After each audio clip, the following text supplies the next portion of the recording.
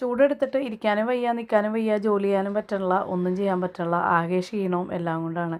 വൈകുന്നേരം ആയപ്പോൾ ഞാൻ സിംസൻ്റെ അടുത്ത് പറഞ്ഞു നമുക്കൊന്ന് സുഭാഷ് പാർക്ക് വരെ ഒന്ന് കറങ്ങിയിട്ട് വരാമെന്ന് പറഞ്ഞിട്ട് അങ്ങനെ ഇറങ്ങിയതാട്ടോ.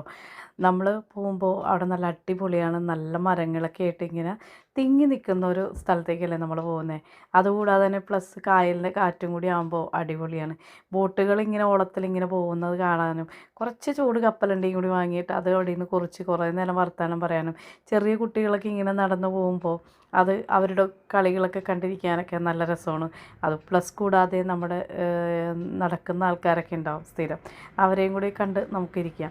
പിന്നെ അതുകൂടാതെ തന്നെ നമ്മുടെ കയ്യിൽ നിന്ന് കപ്പലണ്ടി മേടിച്ച് കഴിഞ്ഞാൽ ഇതേപോലെ കുഞ്ഞു പ്രാവുകൾ വരും, ഇതേപോലെ പ്ലെയിൻ പോകുന്നത് കാണാൻ പറ്റും. പിന്നെ ലവേഴ്സ് ഇതേപോലെ ലോക്കുകളൊക്കെ വാങ്ങിയിട്ട് അവിടെ ലോക്ക് ചെയ്തിട്ടിട്ടുണ്ട്.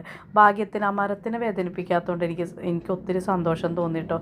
അല്ലെങ്കിൽ ആ മരം അവിടെ നിന്ന് ശ്വാസം മുട്ടിച്ചെത്താൻ. അങ്ങനെ വഴിവിളക്കുകൾ തെളിഞ്ഞു,